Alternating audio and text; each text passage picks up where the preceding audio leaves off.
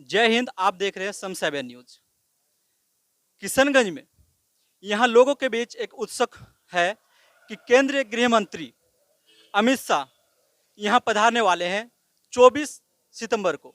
इस बात को लेकर आरजेडी कार्यालय में लोग इस मुद्दे पर बात कर रहे थे, तो मैं यहाँ पहुंचा कि यहाँ के लोगों से मैं बात करूंगा और आरजेडी कार्यालय के कुछ मुख्य अतिथि से मैं मिलाऊंगा कि उन लोगों का क्या विचार है और किस विषय पे उन लोग चर्चा कर रहे हैं। तो आइए मैं सबसे पहले बात करने जा रहा हूँ आरजेडी कार्यालय के युवा से कि आखिर उनका क्या विचार है। अमित शाह यहाँ आ रहे हैं, उनको लेकर आप लोग क्या चर्चा कर रहे हैं?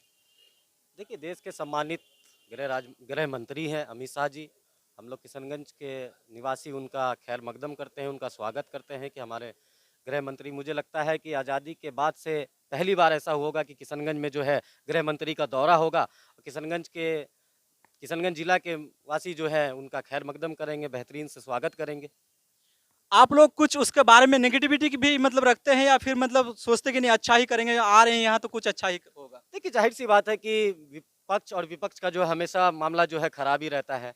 और माननीय मंत्री हैं तो हम चाहेंगे कि हमारी जो मूलभूत समस्याएं हैं, किशनगंज में जो समस्या है, माननीय आपकी मंत्री समस्या जी क्या क्या है यहाँ पे? देखिए, सबसे पहले तो सबसे बड़ी समस्या सिर्फ किशनगंज की नहीं, सीमांचल की ये समस्या है। 2013 में जो है यूपीए सरकार ने जो है किशनगंज अलीगढ़ मुस्लिम यूनिवर्सिटी के नाम से जो यहाँ जमीन दी थी, उसमें 136 करोड़ रुपया आवंटन किया गया था।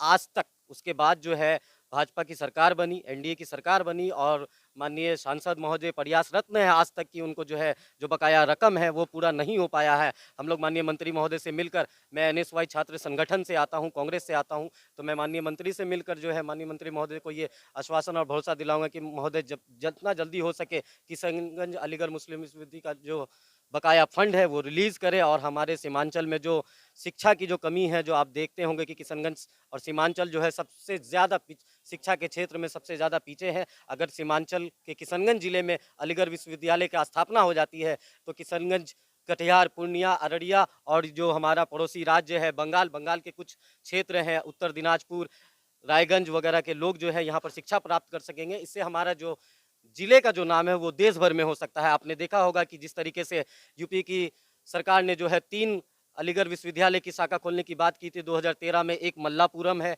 जो चेन्नई में है और एक मुर्शिदाबाद जो बंगाल में है। इसका इंफ्रास्ट्रक्चर तैयार हो गया है, वहाँ पढ़ाई हो रही है। और ये सिर्फ जो किशनगंज है, किशनगंज का एएमयू सेंटर जो है एक राजनीतिक मुद्दा का शिकार हो गया है, जो आज तक इसका चौड़ीकरण घेरवीकरण नहीं हो पाया है, बाउंड्री वॉल नहीं लेकिन हो ये पाया है। कितने साल से इसको मतलब लेकर इस मुद्दे पे मतलब चर्चा हो रही है और क्यों नहीं उसका फंड मिल रहा है? देखिए, गैर कांग्रेसी सरकार है, भाजपा की सरकार है। नहीं, अभी तो बिहार में माना अगर मैं कहूँ तो मतलब कांग्रेसी सरकार नहीं है और ये महागठबंधन की सरकार है। सर, आपको ये बात की जानकारी होनी चाहिए कि ये जो फंड है ये केंद्रीय सरकार देगी, ना कि बिहार सरकार देगी। बिहार नहीं, सरकार मैं का इस सवाल को इसलिए पूछा क्योंकि कुछ दिन पहले इस मुद्दे को बहुत ज्यादा नीतीश कुमार को लेकर ट्रोल कर रहे थे। यहाँ के लोग, जनता, मैं इस चीज को मैं कहूंगा कि नीतीश कुमार को ट्रोल कर रहे थे कि बिहार सरकार का भी इसमें हाथ है और वो नहीं करना चाहता है। देखिए इसलिए मैं ये सवाल पूछा। देखिए, उस समय की बात है। आज हमारे नेता माननीय नीतीश कुमार जी जो बिहार के मुख्यमंत्री हैं, आज हमारे साथ हैं, महागठबंधन के साथ हैं। तो वो भी प्रयासरत्न है कि किशनगंज अलीगढ़ विश्वविद्यालय के जो है जो फंड बकाया है उनको दिया जाए, और वो प्रयासरत्न है। उस तरीके से हम लोग माननीय मुख्यमंत्री से भी अनुरोध कर रहे हैं कि आप भी केंद्रीय सरकार को चिट्ठी लिखें। जिस तरीके से प्रयास करके अगर पैसा मिल जाता है तो सारे लोगों का उसमें भागीदारी रहेगी। हम लोग उनका शुक्रगुजार होंगे कि माननीय मुख्यमंत्री जी जो है केंद्र से लिखित तौर पे जो है फंड लाने का काम करे। और बाढ़ पीड़ित को लेकर क्या चर्चा है यहाँ पे? अगर कहा जाए, देखा जाए तो प्रति वर्ष यहाँ पे बाढ़ पीड़ित लोग बहुत तबाह और बर्बाद हो जाता है। यहाँ फसल उगाने वाले क्षेत्र माना जाता है, लेकिन यहाँ फसल बहुत ही ज्यादा काफी मात्रा में मतलब बर्बाद हो जाते हैं। इसको लेकर क्या कहना चाहेंगे आप? देखिए, ये तो माननीय मुख्यमंत्री के भी संज्ञान में, माननीय प्रधानमंत्री के भी संज्ञान में है कि ये जो सीमांचल, खास करके बिहार का जो सीमांचल इलाका है, किशनगंज, कटिहार, पूर्णिया, अररिया, सबसे ज़्यादा अगर तबाही बाढ़ से होती है तो इस सीमांचल इलाके में होती है। तो माननीय सांसद महोदय जो किशनगंज के हैं वो प्रयास रत्न भी है कि किशनगंज को, जो वो 2-3 बार सदन में ये सवाल भी उठा चुके हैं कि किशनगंज में एक डैम बनाने की ज़रूरत है। केंद्र सरकार आज तक जो है ये सीमांचल विरोधी काम करती आ रही है। हम उम्मीद करते हैं कि माननीय गृह मंत्री जी से मुलाकात करके जो डैम की भी हमने बात की है कि डैम बनाना बहुत ज़रूरी है। माननीय मुख्यमंत्री को एक आवेदन, माननीय प्रधानमंत्री को, मुख्यमंत्री महोदय को हमने भेज दिया है। डैम की तो बात करें, यहाँ पे तो सड़क नहीं बन पाते हैं। अगर गांव देहात की बात करूं, यहाँ सड़क नहीं बन पाते हैं, तो आप डैम की बात कर रहे हैं। पहले तो सड़क बन जाए, क्योंकि अभी भी कुछ इलाका है, अगर आप चलेंगे मतलब दिगलबेंग प्रखंड में, आप चलेंगे ठाकुरगंज प्रखंड में, वहाँ ब्रिज नहीं है। वहाँ के जनता इतना परेशान हो जाते हैं कि उनका आना जाना तक मुश्किल हो जाता है। अगर कोई पेशेंट है तो उनको अस्पताल ले जाने के लिए मतलब मुश्किल में पड़ जाते हैं, और वो रह रह के मर जाते हैं। ऐसा भी पेशेंट यहाँ पे हादसा हुआ है। इसको लेकर विचार क्या करना चाहेंगे आप? सर, आपने जैसा बात अभी कही कि सीमांचल में सबसे ज़्यादा फ्लड है आता है, तो ऐसा नहीं है कि इलाकों में सड़क की व्यवस्था नहीं है या पुल पुलिया की व्यवस्था नहीं है। बिल्कुल सुनिश्चित तौर पे व्यवस्था है, मगर ये जो फ्लड के कारण आपने देखा होगा नहीं 2017 नहीं, बहुत जगह ऐसा है कि फ्लड के कारण नहीं, वहाँ पे ब्रिज है ही नहीं। मैं आपको मतलब बता रहा हूँ कि दिगलबेंग प्रखंड, ठाकुरगंज प्रखंड, आप भी इस बात को जानते हैं और संसद महोदय भी इस बात को जानते हैं कि यहाँ पे काफी ज्यादा इस चीज को लेकर मतलब चर्चा में था, लेकिन अब तक कोई उपाय नहीं हुआ उनका। देखिए, खरखड़ी पुल को अगर आप बोलेंगे तो खरखड़ी पुल का मामला सामने आया था, और खरखड़ी पुल के लिए हम लोग माननीय सांसद, माननीय विधायक और जितने भी विपक्ष के लोग थे, हम लोग सारे लोग सड़क पे उतरे हुए थे कि इस पुल का निर्माण हो। और माननीय मुख्यमंत्री का भी आश्वासन है कि बहुत जल्द मैं इस पुल का निर्माण कराऊंगा, तो वो मुख्यमंत्री जी के संज्ञान में है। और निश्चित तौर पर वो पुल पुलिया का जो काम जो रुका हुआ है, जो बाढ़ से प्रभावित है, वो निश्चित तौर पर होगा। महागठबंधन की सरकार है, हमारे नेता आदरणीय तेजस्वी यादव जी, हमारे नेता आदरणीय राहुल गांधी जी, हमारे नेता नीतीश कुमार जी जो है हमेशा प्रयासरत रहे हैं, विकास पुरुष रहे हैं। तो बिहार में जो विकास का काम प्रगति से चल रहा है, इस चीज़ के लिए भी हम लोग प्रयासरत में हैं। माननीय गृह मंत्री जी आ रहे हैं, हम लोग उसका खैर मकदम कर रहे हैं। और हमारी कोशिश रहेगी, हम युवाओं की कोशिश रहेगी कि माननीय मंत्री महोदय से मुलाकात कर जो मूलभूत समस्या है हमारे एजुकेशन को लेकर, रोड नाला को लेकर, पुल पुलिया को लेकर, इस तरह का मांग हम लोग रखते तो ठीक है, फिर अगले मैं बात करने जाऊंगा एक चचा से, मतलब चचा भी यहाँ खड़े हैं। तो चचा क्या बताना चाहेंगे कि चचा का क्या मांग है, और चचा क्या मतलब केंद्रीय गृह मंत्री के लिए क्या स्वागत के लिए आप करना चाहेंगे? उनका स्वागत है, और हम लोग युवाओं के लिए शिक्षा का ही मांग करेंगे। और क्या मांग है आपकी? और कोई मांग नहीं, शिक्षा। और कोई बस शिक्षा? हाँ, शिक्षा। तो शिक्षा के लिए अगर मांग करना है तो शिक्षा मंत्री कीजिए ना, नहीं, बिहार से। नहीं, बिहार से नहीं, सेंट्रल से बात करेंगे क्या क्या बात कीजिएगा? कि शिक्षा में सुधार किया जाए। तो शिक्षा के लिए सुधार करना अगर हो तो बिहार से भी तो कर सकते हैं। बिहार से तो कुछ नहीं होने का है, लेकिन अब देखिए देखिए, आप महागठबंधन का यहाँ पे बैठे हैं और बोल रहे हैं कि बिहार से कुछ नहीं होने वाला है, ये क्यों? युवाओं का जो है ना, जो रहेगा। चलिए ठीक है, फिर मैं आगे बात करता हूँ। जी, आपका नाम भैया?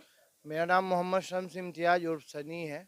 आप क्या है मतलब ये इसमें आरजेडी युवा का? जिला अध्यक्ष है आरजेडी के, मैं यहाँ का युवा आरजेडी का जिला अध्यक्ष हूँ। तो आप अमित शाह जी के लिए क्या क्या मतलब ये कर रहे हैं, तैयारियां कर रहे हैं? देखिए, हम लोग क्या तैयारी करेंगे, जो उनका संगठन है, जो उनका पार्टी है, जो लोग है, वो तैयारी कर रहे हैं। और किशनगंज ही नहीं, पूरे नहीं नहीं, ये आप क्या बोले, मतलब केंद्रीय मंत्री है, गृह मंत्री है, तो सबके लिए है। मेरा बात सुन लीजिए, मैं जो बोल रहा हूँ पहले उसको सुन लीजिए कि यहाँ के जो आम जनता है, पार्टी लेवल से उठकर हर एक आम सीमांचल की जनता जो इतने दिन से अलग अलग तरह की मसलों और मसलायत में जी रही है, वो केंद्रीय मंत्री जी का बेसब्री से इंतजार कर रही है कि वो यहाँ आए और अपने यहाँ जो ये गरीबी है, बेरोजगारी है, युवाओं में जो इस तरह का त्राहिमाम है, बाढ़ का मामला है, किसानों को जो नुकसान है, बड़े बड़े पूंजीपतियों का लोन माफ होता है, हम लोग की तरफ कोई किसान का लोन माफ नहीं होता है। ऐसे ऐसे मुद्दों पे रोड तो आप चाहते हैं कि मेन मुद्दा हो किसान के लिए, क्योंकि यहाँ पे किसान बहुत ज्यादा बर्बादी में है। देखिए, देश का 3 बुनियाद है, जवान, किसान और जो युवा होता है। ये 3 मूलभूत चीज है देश को किसी को भी उन्नति में करने के लिए। ये एक कृषि प्रधान क्षेत्र है, मुस्लिम माइनॉरिटी क्षेत्र है। यहाँ पे हम लोग का अर्थव्यवस्था जो है, आपको मालूम है कि पटवा की खेती वगैरह जो है हम लोग का यहाँ पे प्राथमिक है, जो कि आपका जूट का जो खेत होता है, जूट की जो खेती होती है। तो हम लोग कृषि प्रधान क्षेत्र में रहते हैं। सीमांचल का एरिया ज़्यादातर आपका किसान से जुड़ा हुआ है। तो आप क्या चाहते हैं, जो फसल नुकसान हो जाता है, बर्बाद हो जाता है, बाढ़ के पानी आने से, बाढ़ आने से बहुत ज्यादा बर्बाद हो जाते हैं। और मैं बता दूं कि किशनगंज में प्रति वर्ष बच्चों की मरने की संख्या लगभग सैकड़ों पार कर जाते हैं सिर्फ बाढ़ में। ये सीमांचल की मैं रिकॉर्ड बता रहा हूं। इस मुद्दे पर क्या चर्चा है? देखिए, सबसे बड़ी चीज़ है कि अर्थव्यवस्था। कोई भी चीज़ है, अगर आपका बेसिक अच्छा नहीं होगा, जगह का अगर बेस अच्छा नहीं होगा, आप कितना ऊँचा भी मकान बना लीजिए, अगर आपका पिलर दमदार नहीं है, तो वो मकान धराशायी हो जाता है। तो सीमांचल की जो बेसिक बुनियाद है, जो बेरोज़गारी, किसानों का जो यहाँ पर इस तरह से मामला है, बाढ़ की समस्या, बाँध का समस्या, बहुत ऐसा-ऐसा मसला है जो कि हम लोग समझिए अपने को खुशकिस्मत समझ रहे हैं कि इस पीढ़ी का जो आदमी है, पहली बार कोई इतने बड़े मंत्री, प्रधानमंत्री के बाद जो है किशनगंज के सरजमीन पे आ रहे हैं। यहाँ पर तो इलेक्शन होता है, कुछ होता है, प्रधानमंत्री आते हैं, पूर्णिया से चले जाते हैं। सीमांचल की, किशनगंज की जनता जो लेकिन है, मैं एक बात बता दूं कि गृह मंत्री यहाँ आ रहे हैं, लेकिन यहाँ पे जनता को संबोधित नहीं करेंगे। पूर्णिया में जनसभा का संबोधित होगा 23 सितंबर को, लेकिन किशनगंज में कोई संबोधित नहीं करेंगे जनता को। यहाँ पे सिर्फ यहाँ कार्यकर्ता को संबोधित करेंगे और पदाधिकारी को संबोधित करेंगे। जो ऑफिशियल अनऑफिशियल मतलब मिला है वो यही है। देखिए, कार्यकर्ता हो या पदाधिकारी हो या कोई भी हो, सीमांचल का बेटा ही होगा और सीमांचल के दुख को जानने वाला ही होगा। चाहे वो भाजपा में हो, कांग्रेस में हो या आरजेडी में हो, लोग जो यहाँ जुड़े हैं, इस सीमांचल का ही लड़का जुड़ा है, ये इस सीमांचल का ही व्यक्ति जुड़ा है। तो अगर पार्टी के लोगों में अगर वो जाति, धर्म और अपना इससे उठकर सीमांचल की भलाई की बात करेंगे, तो हमको लगता है कि ये सब मुद्दा जरूर मंत्री जी को बताया जाएगा। जो बीजेपी के भी जो नेता हैं, जो कार्यकर्ता हैं या जो अफसर यहाँ के जो हैं, वो सब लोग उनको इस जगह के समस्याओं से अवगत कराएंगे और उस पे रोशनी डालकर काम करेंगे। जी जी, उम्मीद है कि सभी नेता इस पर चर्चा करेंगे और यहाँ के युवा जो देख रहे हैं यहाँ पे खड़े हैं, सब इसी बात को सुन रहे थे और सबका दिल में यही घूम रहा था कि काश अलीगढ़ का मुद्दा है ना जी, अलीगढ़ का मुद्दा मतलब यहाँ पे चर्चा किया जाए और केंद्रीय गृह मंत्री से उस बात को चर्चा की जाए और उसका जो भरण पोषण हो किया जाए। जो इन सब युवा का पढ़ने लिखने का, बाहर जो जाते हैं, बाहर नहीं जा पाते हैं, वो युवा यहाँ पढ़ सके, इस बात को लेकर सभी चिंतित हैं और कई साल से लड़ाई लड़ रहे हैं, लेकिन अभी तक कोई काम नहीं है। लेकिन इस बार उम्मीद है कि केंद्रीय गृह मंत्री आएंगे, इस विषय पर जरूर चर्चा करेंगे और सीमांचल के लिए एक काम, खास काम जो यहाँ पे मुद्दा पड़ा हुआ है, इस विषय पर जरूर चर्चा करके जाएंगे। तो जय हिंद। आप देख रहे थे शम 7 न्यूज, कैमरामैन नाजिम के साथ मैं मोहम्मद इकरामुल हक।